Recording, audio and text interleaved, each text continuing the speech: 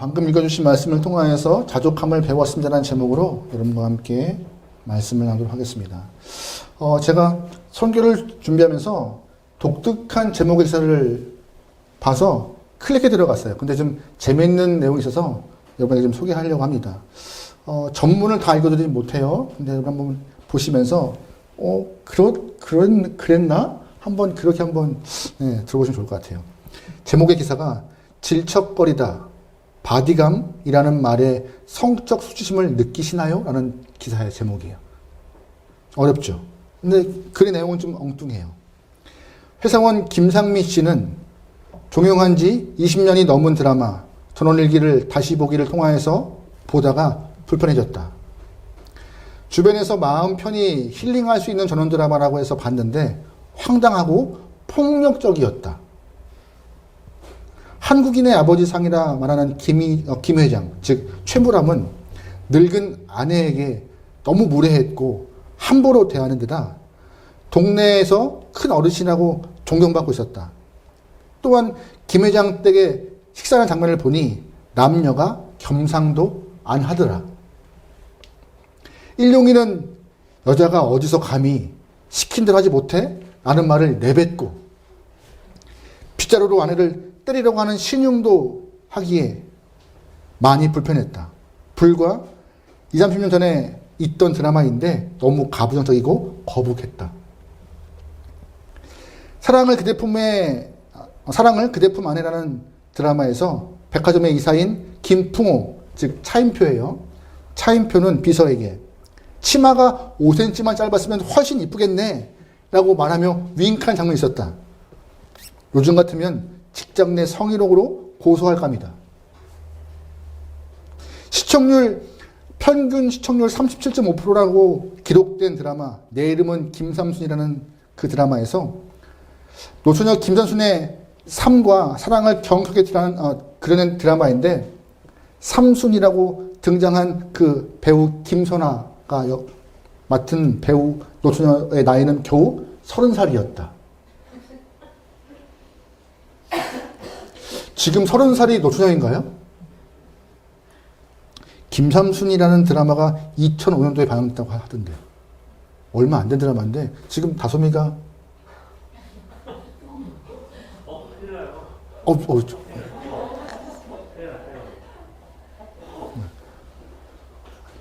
전혀 아닌데 그죠? 상황이 이렇게 바뀐 것 같아요. 상황이.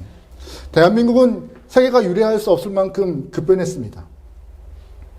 많이 변했어요. 눈에 보이는 이렇게 시설들, 아파트, 생활 환경, 문화, 먹거리 다 많이 변한 것 같아요. 또한 그와 더불어 인식도 많이 바뀐 나라인 것 같습니다. 인식이요. 방금 말씀드렸던 그 2005년도에 방영했던 내 이름은 김삼순이라는 드라마. 얼마 안 된 드라마인데요. 30살이 시집 못 간 노처녀라고 하고 있는데 지금 30살은요. 이제 막 열심히 사회생활을 할 나이잖아요. 이제 30살은. 그죠? 게다가 94년도에 방영했던 사랑을 그대 품 안에 차인표가 은목걸이인가요? 그 목걸이를 길게 체인차고 나왔던 드라마인데 제가 그때 재수하고 있을 때라서 확실히 기억하고 있는데 그때 색소폰을 많이 불었던 그때 많은 사람들이 유행했던. 근데 그때 그 드라마에서 주연 배우가 치마가 5cm 이런 얘기를 하고 있는 그런 드라마가 나오기도 했고. 게다가 우리의 아버지 상이라고 이렇게 표현되고 있는 최범 선생님은 늙은 아내를 못되게 구박했던 한 모습으로 또 표현되고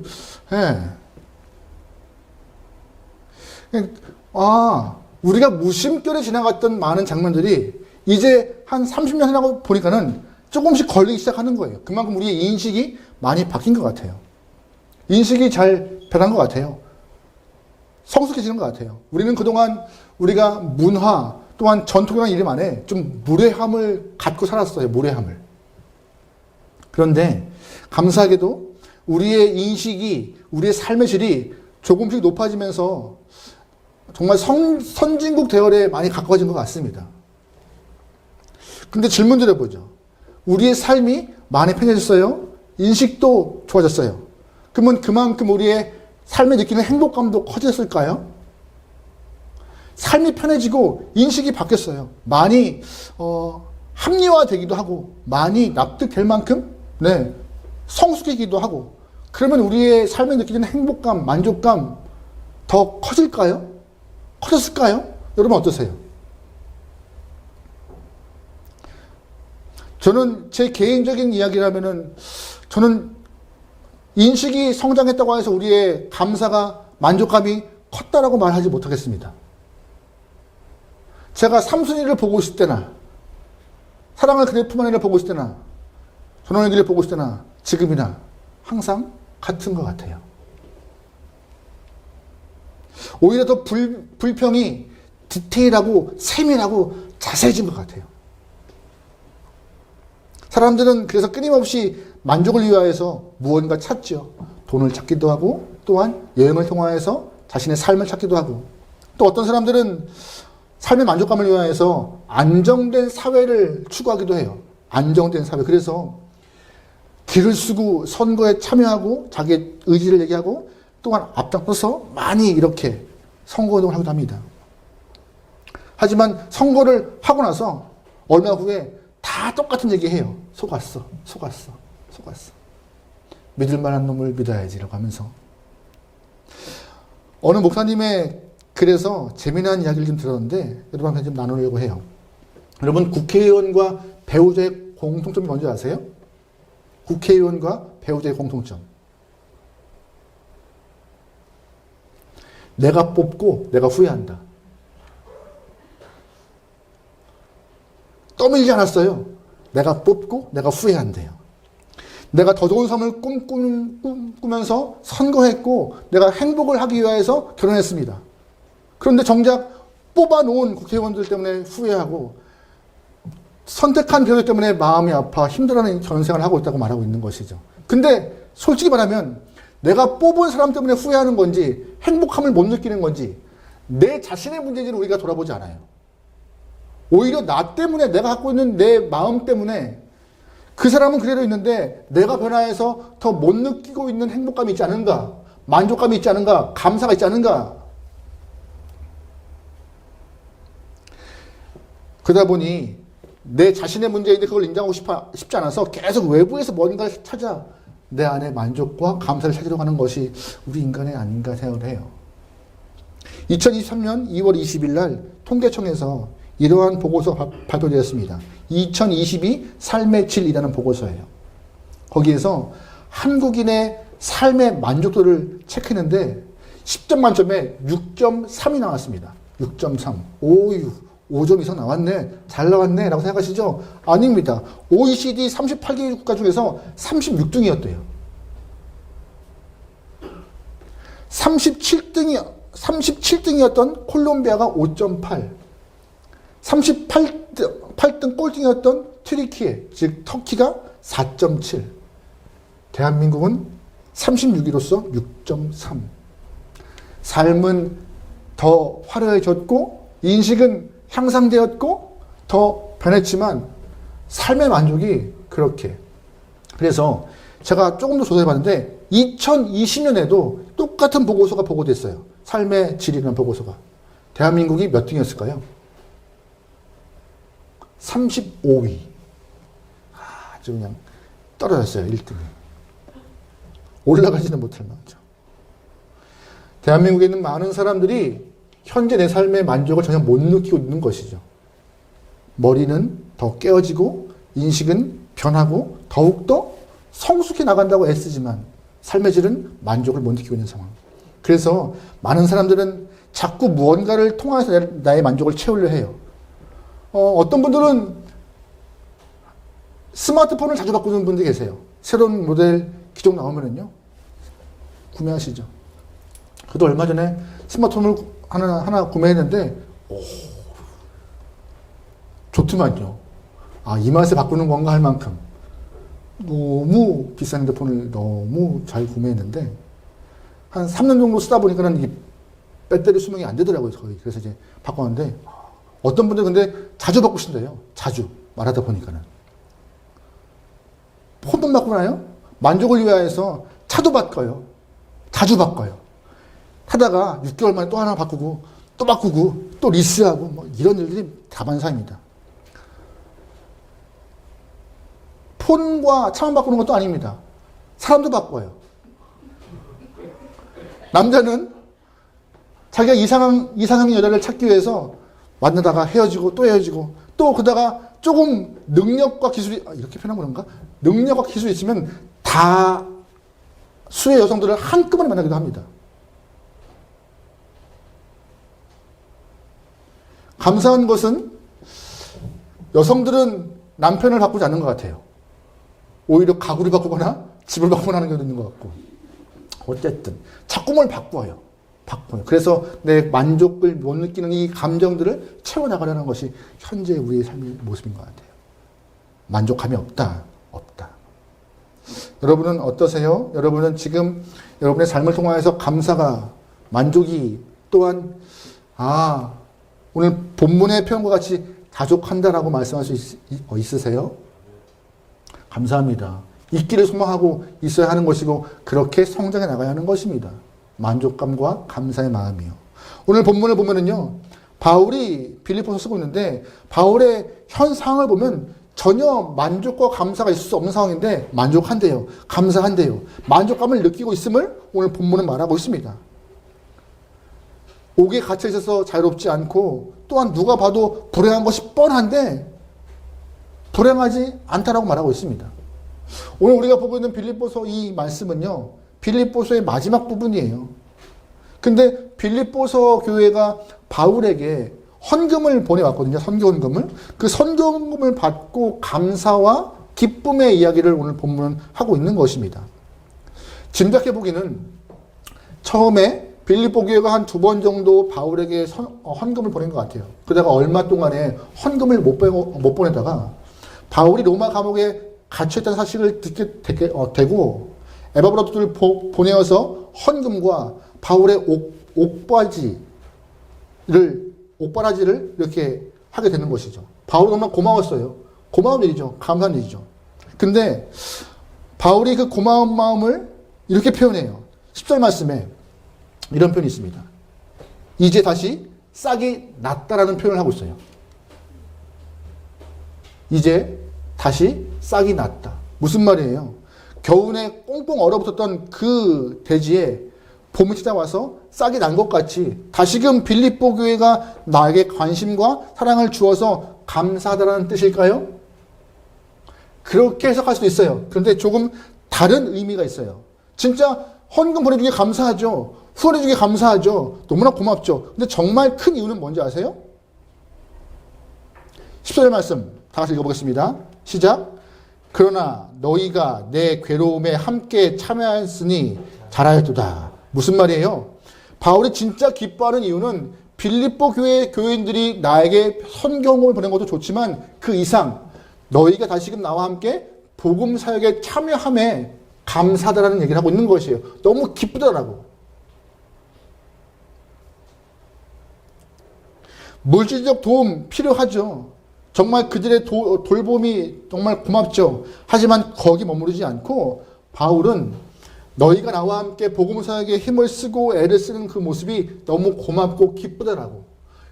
솔직히 말하면은요, 바울은 오늘 본문에서 빌립보 교회 성도들이 헌금을 하기 전에도 이미 만족했어요. 부족함 없이 자족과 만족을 했습니다. 우리 본문 11절부터 10절까지 한번 다 같이 읽어볼게요. 깁니다. 시작. 내가 궁핍함으로 말하는 것이 아니라 어떠한 형편이든지 나는 자족하기를 배웠노니 나는 모든 일 곧 배부름과 배고픔과 풍부와 궁핍에도 처할 줄 아는 일체의 비결을 배웠노라. 내게 능력 주시는 자 안에서 아멘. 무슨 말이에요? 나는 이미 너희가 헌금 주기 전부터 자족함을 배웠고 삶의 만족을 하고 있다라고. 괜찮아. 오겠지만 이미 만족감을 누리고 있어라고 말하고 있는 것입니다. 여러분, 하나님이 살아계심을 믿으십니까? 하나님이 살아계셔서 지금 우리의 삶을 늘 감찰하시고 통치하시고 이끄십니다. 그런데 중요한 것은 하나님이 살아계심이 우리의 욕망을 채우기 위한 도구가 아니에요. 여러분, 가사 기억하세요? 아까 우리가 다시 보고만 편안한 가사를 이렇게 기억하면은 복음을 이용하고 예수를 이용하고 하나님을 이용하는 신앙인의 모습이 많은 곳에서 발견할 수 있다는 거 가사가 말하고 있는데 바울도 그런 마음을 좀 표현하고 있는 것 같아요. 하나님의 존재는 우리의 욕망을, 우리의 필요를 채우기 위한 도구가 아니더라고. 하지만 하나님은 우리의 필요를 아시고 채우시는 분이긴 하지만 그 존재함이 우리의 체험을 위하여서 우리가 이용해도 될 만한 그런 존재가 아니더라고. 나는 그래서 하나님의 살아계신 자체가 나한테는 감사하고 만족임을 바울은 말합니다. 여러분 그거 아십니까? 하나님은 우리의 필요를 채우신 분입니다. 어떤 필요를 채우실까요? 인류의 필요를 채우신 분이에요. 내 개인의 필요를 넘어서 인류의 필요예요. 인류의 필요가 뭐예요? 사람이 태어나서 죄 때문에 죽을 수밖에 없는, 죄로 말미암아 끝날 수밖에 없는 삶이 인류의 큰 문제였는데 그 문제를 해결하시기 위해서 예수를 보내시고 생명 주신 분이 하나님이십니다. 하나님은 인류의 필요를 채우신 분이에요. 그래서 구원과 소망과 궁극적 승리를 허락하신 분이 하나님이십니다. 그래서 그 하나님 때문에 바울은 나 생명 얻어서 만족해라고 말하고 있는 것이죠. 내가 지금 감옥에 있지만 너희가 헌금 보내 너무나 고맙지만 그것 이상으로 하나님의 살아계심과 내 안에 생명 주심이 나는 첫 번째였기 때문에 그걸로 난 좋게 라고. 감옥에 있지만 흔들리지 않았습니다. 그래서 스스로 자족함을 배웠고 모든 것을 할 수 있게 되었다. 누구 안에서? 예수 안에서라고. 그러면서 바울 오늘 본문에서 말하고 있는 것이죠. 여러분과 저의 삶에도 바울과 같이 다른 어떤 것보다 주 예수 그리스도가 허락하신 그 생명 때문에 감사하고 만족할 수 있으며 예수 안에서 행할 수 있는 그 은혜 때문에 우리가 주의 살아계심을 고백할 수 있는 믿음의 신앙이 되면 좋겠습니다. 오늘 특별히 바울은 본문에서 우리에게 만족감, 자족을 위하여서 세 가지의 이야기를 하고 있어요. 나는 이것을 통하여서 세 가지 자족을 배웠다라고. 첫 번째 본문은요. 바울은 직접 말합니다. 나는 자족을 배웠더라고요. 여러분, 자족이 뭐예요? 자족. 성경에서 쓰는 표현이긴 해요. 우리가 일상에서 잘 안 씁니다. 자족이 뭘까요? 화전을 보면은요, 스스로 만족하는 것입니다. 스스로 만족하는 것. 근데 전제가 있어요. 무엇을 갖고 있기 때문에 스스로 만족하는 거예요. 갖고 있기 때문에 부족함 없어서 만족하는 것. 그게 자족입니다. 근데 오늘 본문에서 바울이 말하는 자족은 조금 달라요. 어떻게 해요? 하나님의 손길을 믿기 때문에 내 삶에 하나님의 채우심을 믿기 때문에 만족하는 거예요. 전제가 있어요. 채우시지 않아도 만족하는 거예요. 왜? 하나님이 더 크게 나에게 허락하신 은혜가 있기 때문에. 그게 자족의 시작인 것이에요. 특별히 본문은 말하고 있어요. 자족을 배웠다라고요. 글로 배웠을까요? 아니요. 오늘 본문에 있는 이 배웠다는요. 헬라어로 풀어보면은 경험을 통하여서 배우는 거예요. 경험을 통하여서. 바울은 복음을 전한 사람이었습니다. 복음을 전할 때 많은 고난과 어려움을 경험했지만 없음에도 비굴하지 않았고 있음에도 교만하지 않았고 있는 대로 없으면 없는 대로 그렇게 만족하며 살아왔음을 자기는 삶을 통하여서 배워왔대요. 누구 안에서? 예수 안에서. 없으면 불편해 죽겠지만 예수님이 또한 다른 것을 통하여서 없음에 비굴하지 않고 만족감을 허락하시고 또한 있음에 풍족했지만 그 있음에 너무나 방만하여서 교만하지 않게 주님이 나의 삶을 은혜로 이끌어 가셨고 있는 대로 없으면 없는 대로 그렇게 이끌어 가신 주의 손길을 경험했다라고. 그래서 11절 말씀. 나는 비천에 처할 줄도 알고 풍부에 처할 줄도 알아. 배고픔과 배부름, 풍부와 궁핍에도 다 경험을 했기 때문에 나는 자족할 수 있다고 말하고 있는 것입니다. 여러분 혹시 여러분은 여러분의 삶에 지금 만족하십니까? 하나님이 여러분 삶에 항상 가장 좋은 것을 주시는 것을 믿으며 감사한 마음을 갖고 계십니까? 아니면 여전히 만족하지 못하여서 또다시 새로운 것을 찾기 위해서 애쓰십니까? 여러분 자격하셔야 됩니다. 아무리 이 땅에서 찾아도 여러분의 삶에 100% 만족을 주는 것은 있다 없다? 없습니다. 내가 난 내 자식도 나를 만족시키지 못합니다. 그죠? 세상은 광야와 같은 곳이에요. 무슨 뜻이에요? 목마름 있는 곳이에요. 근데 목마른 곳에서 목마르다라고 하면 뭐예요? 목마른 곳인데, 그런 곳인데 오히려 풍성하고 풍부한 하나님 앞에서 하나님 주심에 감사하고 주실 것에 감사하고 주님 계심에 감사하다고 말하는 것이 오히려 더 건강한 신앙을 갖고 있는 건강한 믿음의 영혼임을 여러분 믿으시면서 여러분의 삶을 통하여서 이 모양 저 모양으로 이끌어 가시는 하나님의 마음을 기억하며 가족하고 감사를 배워나가기 소망합니다. 잘 보세요. 배워나가는 것입니다. 단번에 우와가 아니라 하나씩 하나씩 알아가고 깨달아가는 거예요. 없음에도 불구하고 감사할 수 있고 있음에도 감사할 수 있고 하나씩 배워나가 성장 성숙해 나가는 모습, 그것이 필요한 것이죠. 여러분 질문 드려볼까요? 가난할 때 자족함이 쉬울까요? 부유할 때 자족함이 쉬울까요? 많은 사람들은 그래도 목사님 부유할 때 자족함이 더 쉽지 않을까요? 라고 말씀합니다. 그런데 그렇지 않은 것 같아요. 둘 다 어려운 것 같아요.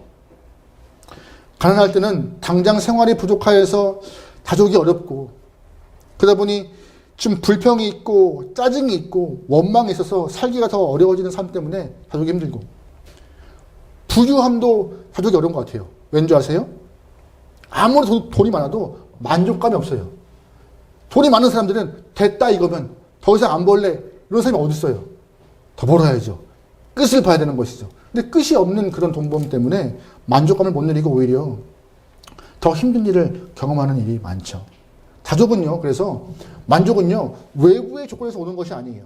있고 없고 많고 적음이 아니라 마음에서 오는 것이면 꼭 아셔야 합니다. 마음에서요. 심리학자들이 말을 하는 것인데요. 부자보다 우리와 같은 저 같은 서민이 더 행복감을 경험한대요. 거짓말 같죠? 저도 거짓말인 줄 알았어요. 근데 말이 맞는 것 같아요. 왜냐하면 서민들이 왜 더 행복감을 느끼냐면은 어제 10,000원에 팔던 시장의 물건이 오늘 가니까는 5,000원에 팔면은 그 5,000원의 행복감을 느낀대요. 그리고 마트 가서 원 플러스 원이면은 어머 이러고 너무 좋아한대요. 근데 부자는 10,000원 쓰던 20,000원 쓰던 그냥 행복감이 훨씬 현저하게 차이 난다는 거 알아보더라고요. 우리는 5,000원 10,000원에 너무 좋아하지만 그분들은 5,000원 10,000원은 단위가 달라지는 거죠. 행복을 느끼는 거예요. 여러분 올림픽 메달 따면 그러잖아요. 은메달보다 동메달 딴 선수가 훨씬 더 만족과 감동이 크대요. 왜요? 은메달은 져서 얻은 거고 동메달은 이겨서 얻었기 때문에. 신기하죠. 그렇다고 우리가 서민들한테 물어보면 되잖아요.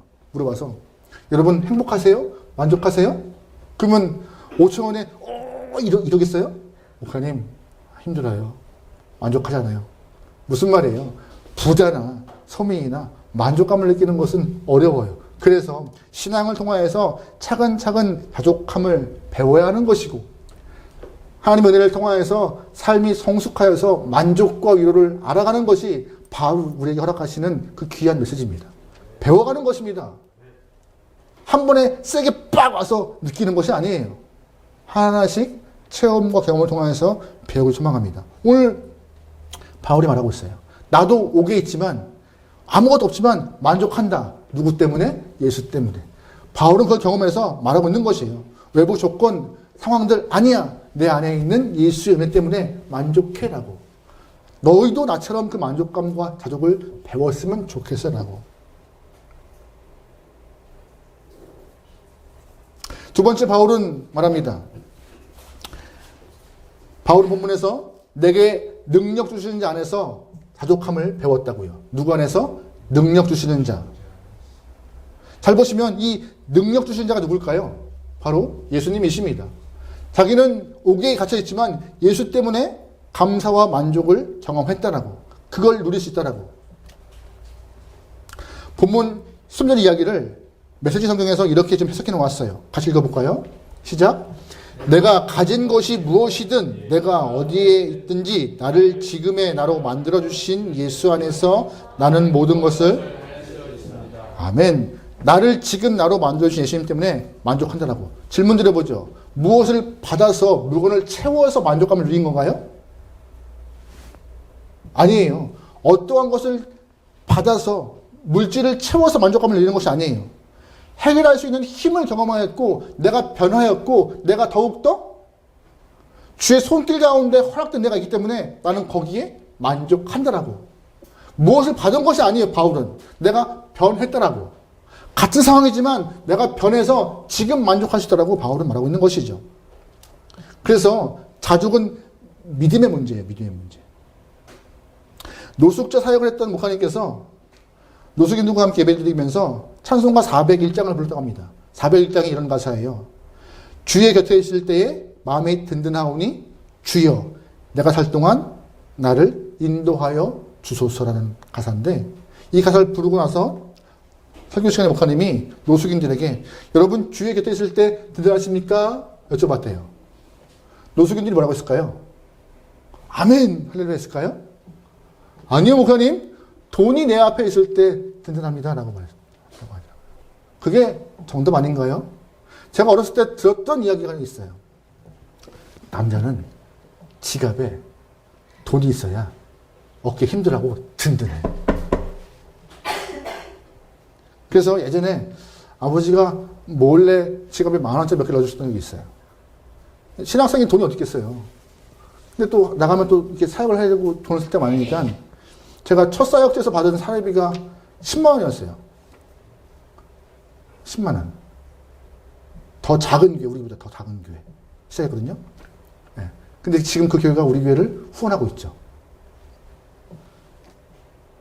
어쨌든 근데 그 10만 원 받은 사역자가 애들을 담당하다 보니 쓸 것도 많고 아버지가 가끔씩 10,000원짜리. 근데 정말 느껴지는 건 뭔지 아세요? 지갑에 10,000원 한 장짜리와 10,000원이 한 5개 있을 때 먹어. 어디 다르는 것 같긴 하더라고요. 근데 요즘에는 지갑이 두껍다고 여러분 어깨 펴지시나요? 왜? 카드가 있으니까 굳이 지갑이 두꺼울 필요가 없어요. 다 얇아요. 오히려 더 작아지고 스마트해지죠. 지갑 필요 없어요. 그냥 핸드폰으로 찍으면 돼요. 요즘 다. 그런 상황이잖아요. 어쨌든. 근데 여러분, 우리가 통상적으로 알고 있던 이야기, 지갑에 돈이 좀 있으면 어깨가 펴지고 든든해, 이 이야기가 여러분 솔직히 말하면 돈에게 속고 있는 거예요. 속고 있는 거예요. 돈을 하나님처럼 의지하고 있다는 우리의 증거이기도 해요. 돈이 있으니까 내가 좀 편해. 마음이 좀 여유가 있어. 의지의 마음인 것이죠. 여러분, 돈이 필요 없나요? 필요합니다. 하지만 돈이 하나님을 대신할 수는 없습니다. 하나님은 하나님이세요. 근데 자꾸 우리는 하나님의 위치에 돈을 올려놓고 돈을 숭배하는 일이 발생합니다. 여러분 잘 기억하셔야 돼요. 만복에 그러는 하나님이세요. 주시기도 하고 걷어가시기도 하고 뺏기도 하고 채우시도 하는 분이 하나님이십니다. 그런데 자꾸 하나님의 손이 아니라 다른 걸 바라보는 순간 하나님이 걷어가실 수도 있는 것이에요. 여러분 그러기에 믿음의 영혼들은요 다족하기 위하여서 더욱더 믿음을 굳건해야 됩니다. 어떤 걸 믿어야 하는지 아세요? 잠깐 보시죠. 하나님이 살아계심을 믿어야 합니다. 또한 하나님의 허락하심이 하나님의 이끄심이 항상 최선임을 믿어야 합니다. 또한 하나님이 전지하시다는 걸 믿어야 됩니다. 모든 걸 다 아시는 분. 그래서 하나님의 인도하심이 항상 옳음을 믿고 따라야 하는 것입니다. 또한 하나님의 전능하심을 믿어야 합니다. 전능이 뭐예요? 다 아시는 거예요. 그래서 내 삶에 힘을 줄 수 있는 분도 하나님의 힘을 믿어야 하는 것이에요. 이 믿음이 있을 때 우리가 자족과 만족과 감사가 가능한 것입니다. 살아계심과 전지하신 분, 전능하신 분이 나의 아버지심을 고백하는 그 믿음.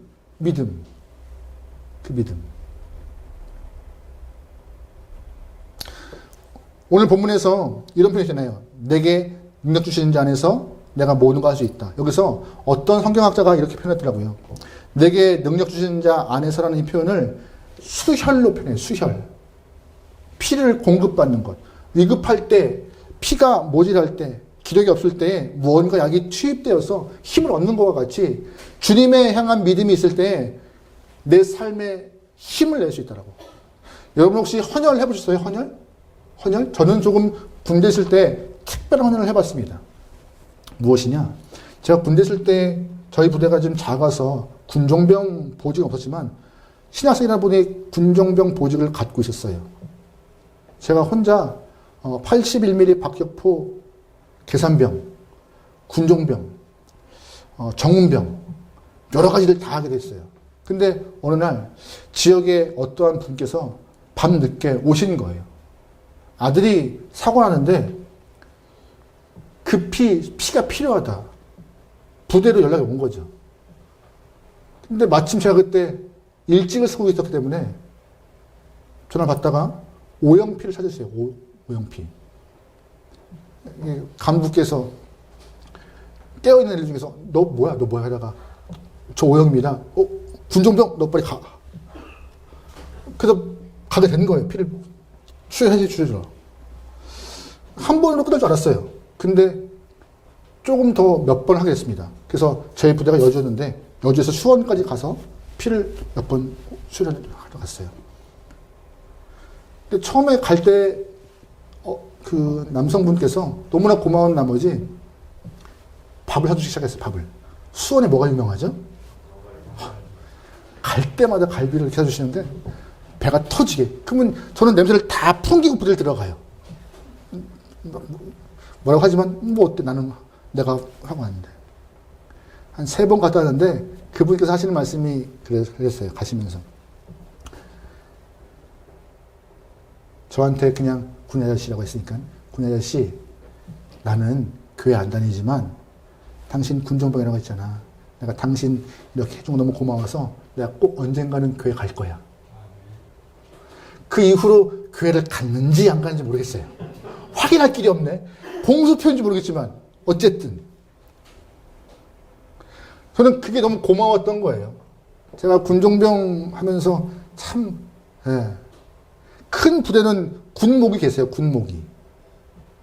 군목이에서 딱 예배를 준비하지만 뭐 저희 부대는 너무 작아서 군종병이 다 해야 돼요. 다 해야 돼요.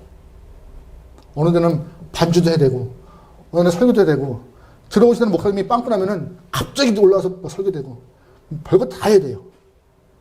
제가 그 몇 명 모아놓고 뭐 성사 준비해야 되고 다 해야 돼요. 다.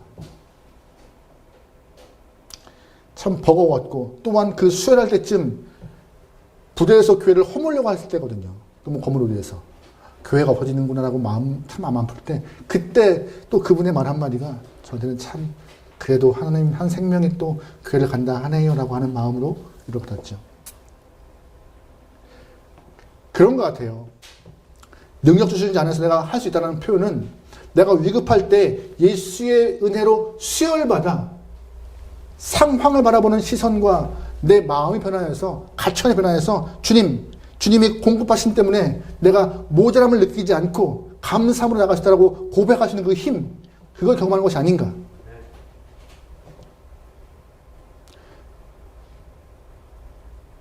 당장 힘을 빡 내고 없는 것이 확 다 일어나고 이렇게 되면 좋겠지만 그렇게 되지 않을지라도 갑자기 경험된 은혜 때문에 삶이 내 관점이 가치관이 변화해서 모자람을 보더라도 살 길이 있겠지라는 여유와 감사하는 마음이 생기지 않을까. 18절 말씀 다 같이 읽어보겠습니다. 18절입니다. 시작. 내게는 모든 것이 있고 또 풍부한지라 에바브로도 편에 너희가 준 것을 받았으므로 내가 풍족하니 이는 받으실 만한 아멘. 무슨 말이에요? 너희의 받은 그 재물 나에게는 힘도 되지만 하나님이 기뻐하실 거야. 무슨 말이에요? 너희가 복음에 참여하면 나는 더 기뻐, 더 좋아. 옥중에서 바울은 말해요. 나는 풍부해, 기뻐, 풍족해 라고. 다윗도 비슷한 말을 해요. 여호와는 나의 목자시니 내게 부족함이 있다 없다? 없다. 왜 없어요? 쫓기는 사람이. 사울에게 쫓겨서 항상 수많은 영혼이 왜 부족함이 없어요? 매 순간 위급하고 위태위태한 영혼이 왜 부족함이 없어요? 근데 부족함이 없대요. 누구 때문에? 여호와 때문에. 참 이해 안 되죠? 신앙은 그런 거예요. 이해 안 되는 것을 이해되도록 나는 경험하는 것. 여러분, 그 은혜가 있길 소망합니다. 남들 보기에 다 우리의 삶이 고만고만하고 참 어떻게 한 달 살아 버겁네, 어떻게 저 몸으로 저 건강으로 어떻게 버텨 할지라도 우리는 능력을 주시는 자 안에서 위로와 감동과 만족과 감사가 표현돼요. 하나님 채우심을 믿으며 채워주실 것을 믿으며 또한 이끄실 것을 기대합니다라고 고백할 수 있는 바울의 마음이 우리 안에 생기는 것이 신앙인 것입니다. 그런 믿음과 신앙 여러분 꼭 있길 소망합니다. 그게 어떻게 가능해요? 복음 앞에 설 때에. 이런 마음이 어떻게 가능해요? 주님 앞에 있을 때. 어떻게 이런 게 가능해요? 주님이 내 안에 주인 되실 때에. 주님을 내가 원하는 것을 얻기 위해서 이용할 때는 불가능합니다. 전적으로 주를 의지할 때에 가능한 마음과 은혜인 거예요.